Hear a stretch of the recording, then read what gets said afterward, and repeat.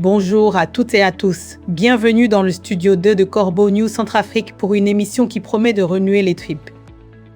Aujourd'hui, on va explorer une affaire qui met en pleine lumière la face sombre de la course au profit, avec des conséquences absolument glaçantes pour des vies humaines. Je suis ravie de recevoir notre brillante journaliste Viviane Beltungu pour décortiquer ce dossier délicat. Viviane, raconte-nous. Bonjour Gisèle, et bonjour à tous nos auditeurs. Quand tu parles de glaçant, tu es malheureusement en plein dans le mille. L'enquête de Corbeau News Centrafrique nous plonge au cœur de Power Security, une entreprise de gardiennage à Bangui, où l'appât du gain semble avoir totalement éclipsé la moindre considération pour le personnel. Nous avons des informations terribles sur une gestion vraiment indigne face à 2 drames du travail récent.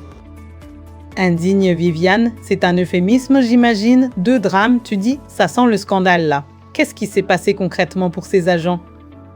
C'est plus qu'un scandale, Gisèle, c'est une véritable horreur. Les faits que nous avons documentés montrent que Power Security a purement et simplement laissé tomber ses employés sans la moindre prise en charge médicale ni soutien financier après de graves accidents. Le décompte est terrible. Une agente se retrouve paralysée depuis bientôt 1 an et un autre a perdu la vie. Une agente paralysée, un agent décédé, c'est une situation épouvantable. Peux-tu nous donner les détails du premier cas, celui de l'agente qui est aujourd'hui paralysée ? Bien sûr, Gisèle. Le premier incident qui nous a été rapporté remonte à septembre 2025. Il concerne une agente de sécurité nommée Pandegasa Marquise. Elle était en poste dans une propriété utilisée par le personnel de la MINUSCA dans le cadre d'un contrat de Power Security. Donc, une mission onusienne, on s'attendrait à un minimum de standards de sécurité et de prise en charge, non ? C'est ce qu'on pourrait penser, Gisèle. Ce jour-là, un véhicule de la mission onusienne se présente à l'entrée. Pandegasa Marquise s'empresse d'ouvrir le grand portail en fer. Le problème, c'est qu'elle se retrouve derrière ce portail ouvert, sans aucune visibilité sur les manœuvres du véhicule.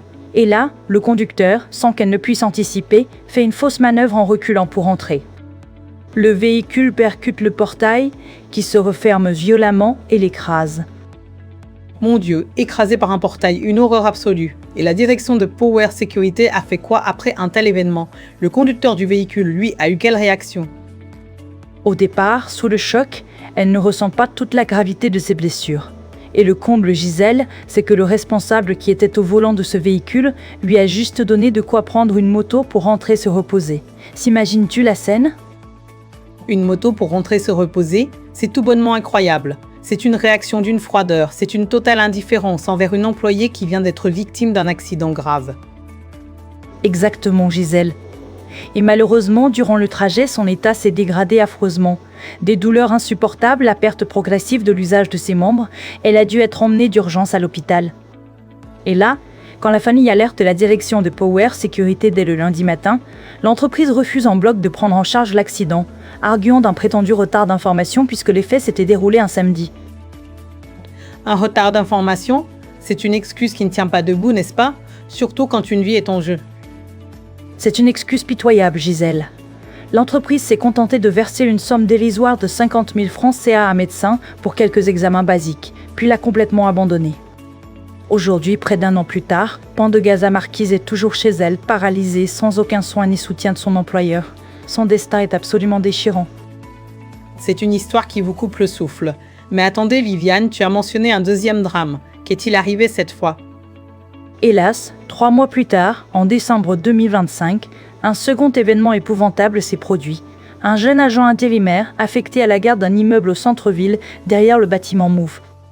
Dans ce secteur, où les vols et la présence d'enfants des rues sont habituels, il avait eu la prudence de mettre le téléphone de service à charger dans une pièce à l'étage pour le sécuriser. Un jeune intérimaire, et que s'est-il passé quand il est monté récupérer ce téléphone ? Pendant la nuit, il est monté récupérer le téléphone. Pour redescendre à son poste en bas de l'immeuble, il a appelé l'ascenseur. Quand les portes coulissantes se sont ouvertes, dans l'obscurité totale, il a pensé que la cabine était là, à son niveau. Il a fait un pas dans le vide. Dans le vide, c'est terrifiant ? Absolument terrifiant, Gisèle. Il a fait une chute vertigineuse jusqu'au fond de la fosse d'ascenseur. Il s'est très gravement blessé. Pour couronner le tout, la cabine, restée en haut, s'est déclenchée et a commencé à descendre, risquant de l'écraser. Ce n'est que par une chance inouïe que le mécanisme s'est bloqué à un niveau supérieur, lui évitant d'être broyé. C'est une scène digne d'un cauchemar. Il a frôlé le pire. Les secours sont intervenus rapidement pour l'extraire et le conduire en urgence à l'hôpital. Son état était vraiment critique.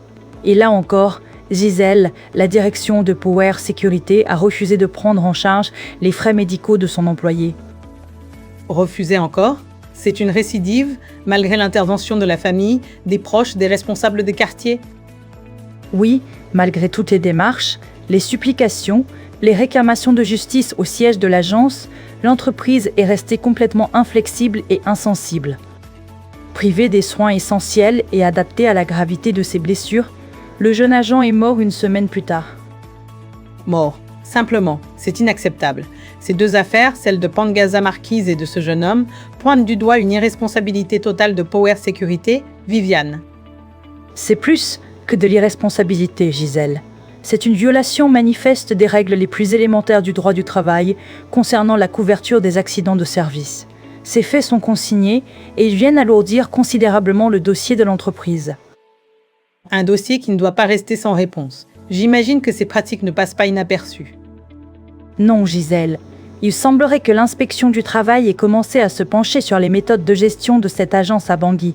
Espérons que justice sera faite pour ses victimes. On l'espère de tout cœur, Viviane. Merci beaucoup pour ces informations édifiantes. C'est une chronique signée de la plume acérée d'Alan Zillo. Merci, Gisèle. Et pour nos auditeurs, n'oubliez pas que Corbeau News Centrafrique est là pour vous informer. Vous pouvez nous contacter via WhatsApp ou téléphone au +20 36 75 56 62 17 1000 ou au +20 36 66 66 66 64 en Ouattran train. À très vite.